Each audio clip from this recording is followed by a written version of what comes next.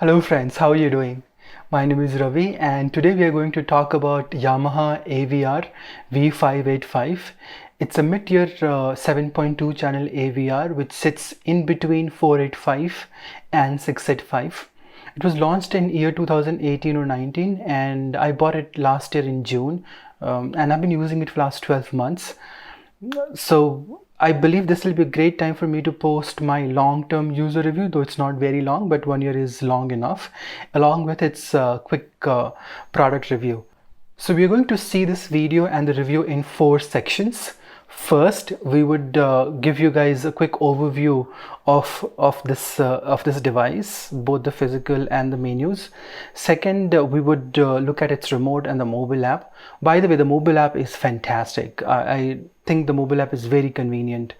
Third, we would look at its things that are good and the things that are bad, so the likes and dislikes for this AVR from my perspective. And at the end, we would look at the conclusion. So I bought this AVR in June last year from a local dealer here in Bangalore, India. I bought it for around 44,000 India rupees, which is approximately $600. Yeah, it's slightly more expensive here in India. I really want to go through my initial unboxing and the first setup and the first impressions video. I'll put it up here somewhere, or it'll be in the description down below. So let's have a quick look at what are the things at the rear of this AVR. Here is the back of the AVR. As you can see, it's very busy. Back is the HDMI out going to the television. This is my Tata Sky, and this one's, as you can see, is my Fire Stick. Plugged into the AVR, the antenna, FM antenna cable going up, and then all the speaker wires plugged in. No, I'm not using banana plugs, I'm using just a normal twisting pair. At the bottom, I'm not sure if you can see, here is the cable for the pre-out to the sub. One surprising thing I noticed that the antenna, one of the antennas here, the second antenna here had come loose. So I took it out to see what has happened with it. So here is the antenna mount. As you can see, there is a screw in here which can help you screw in and out of the jack. This portion I saw that had come out, so when I checked it carefully, it had a locking mechanism. As you can see, if I just press it, it locks in. Let me screw this one back in again.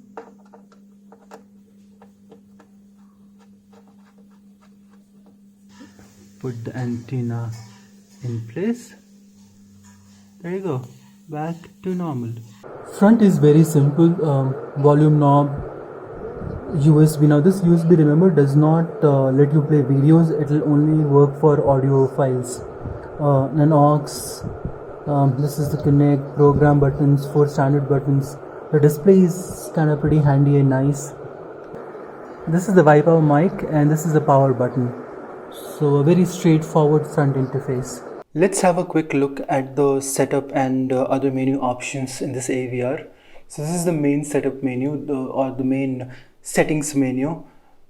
Overall, it's pretty straightforward. You click setup and this shows up. Speaker lets you configure the speaker configurations and other things.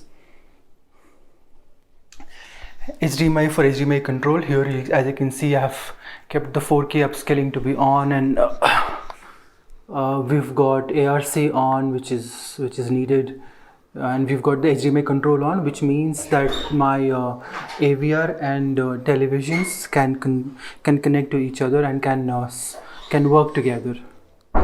Sound is for different sound parameters. Here in volume, lets you change which scale you want to have the volume at, either at a 0 to 97 scale or in a decibel. After that, we've got standard options of functions. Lets you change the input name and define if certain inputs you want to show or don't want to show. Network, to let you configure the network. Bluetooth, and the language. So pretty straightforward option. Now the second important menu to look into is options. So when you click on options, this button, this is the menu that shows. It shows you the current audio in, which is the current audio in, which is HDMI 2. Signal information, what kind of signal you're getting. So you're getting full HD video in, full HD video out. Since That's the source being sent. Channel is, I don't know why it shows 2.0. I think this is the channel, this is data source that is receiving. Lip sync, volume trim, and other options related to the content that you're watching. So these two are the sub content menu that is useful and you may have to use. Now let's talk about the mobile app and the remote. First, the remote. If you want to look at the detailed review of mobile app and the remote, there is a detailed review posted somewhere here, which I had done it last year, and the same will be in the description. Here's the remote for it. Pretty standard stuff remote, though after so much of an usage we had to change the battery once. The quality of buttons isn't really that great though. Some of these buttons don't really give you a great tactile feel, and this is just 1 year, and maybe if you can see the dust deposition in these white buttons is pretty heavy. I mean, overall the quality of the remote is kind of pretty average. Most of these buttons you never get to use anyways. Remote is kind of pretty average. However, if we talk of the mobile app, as you can see on the screen, the mobile app is great. You can go to mobile app from here, and then once you log in, this is it shows all the Yamaha devices, and then you can select the Yamaha device that's connected on your Wi-Fi network. So you got to ensure that your Yamaha device is in the same Wi-Fi network as your phone is. You've got the input, so you can change the inputs, you can have DSPs changed, you can make settings adjustments to this AVR, you can play music, you can increase decrease volume. So there are a lot of functionalities that is baked into the app, which I think is a great thing to have. Let's talk about what I like and dislike about this AVR, and we will begin with what I dislike about it first. First and foremost, the volume level is kind of inconsistent. So if let's say you're watching a movie on Amazon Prime and today you're watching at, let's say, minus 30 decibel, maybe after a couple of days or maybe some other time, to get the same audio level you have to be at minus 25, or at some other days you might get the same audio level at minus 35 too. Similarly, the CEC, the HDMI CEC is not consistent.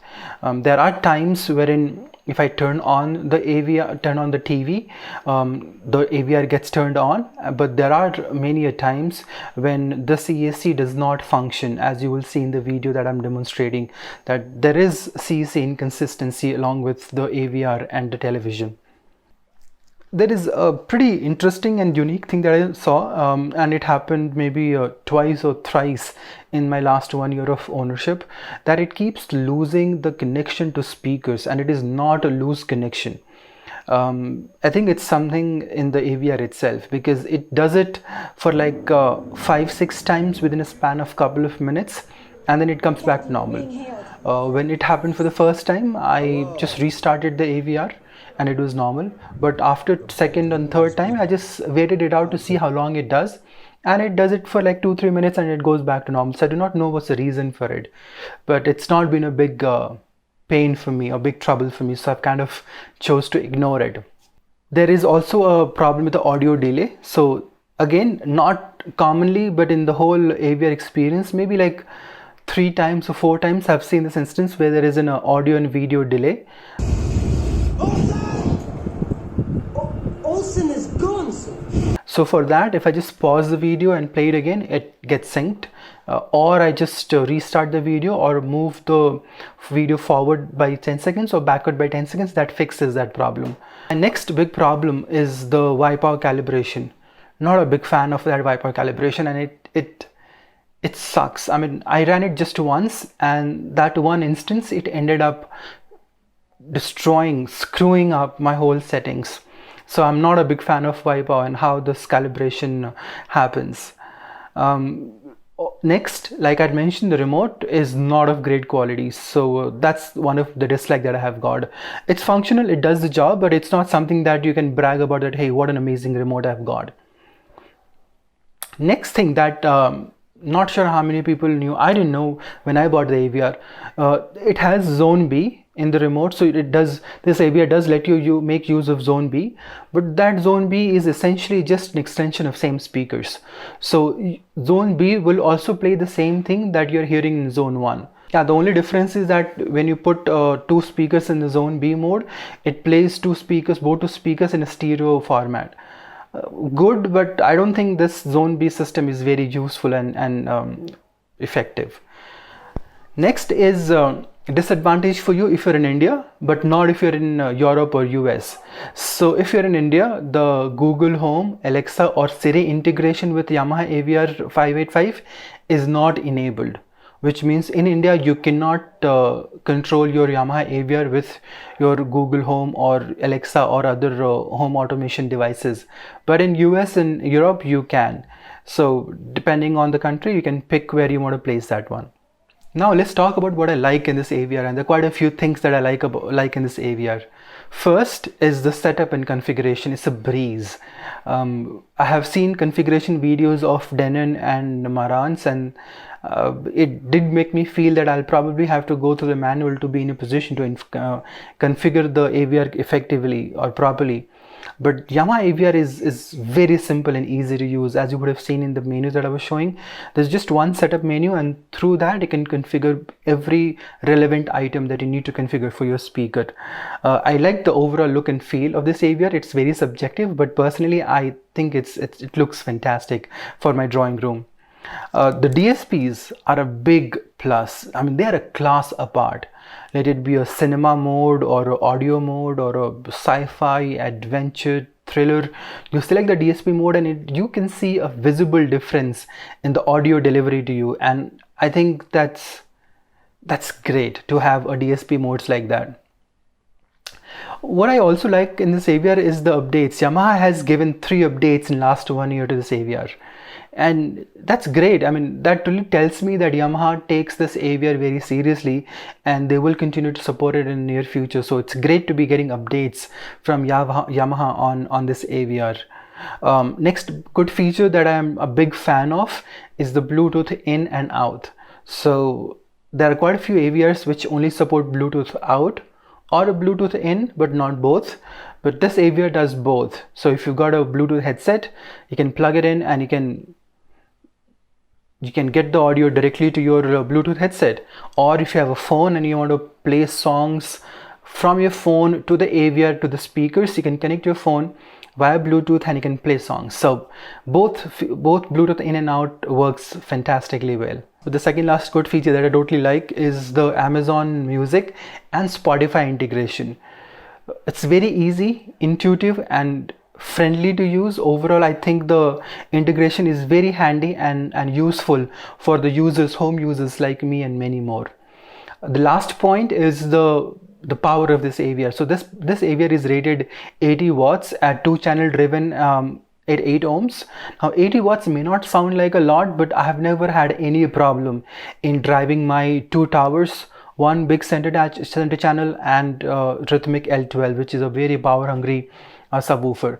Now I'm not using surrounds and Atmos as yet, I know, but they're not as power demanding as these other equipments are. So I'm hoping that at the end I'm going to be eventually fine. So power has not been a concern to me at all. Been totally happy. So now we come to the end of this video. As you would have understood by now from my whole experience sharing, that I'm a big fan of this AVR. I think I'm very happy with how this AVR is performing, and it's not difficult for you to guess that it comes with a highly recommended. It comes highly recommended from my end. So with that, we come to an end of this video too. I hope you liked this video. If you do have any questions or feedback, please put it in the comment section down below, and I'll try to answer your questions or any doubts you might have. Thank you for watching this video. You guys take care and see you guys next.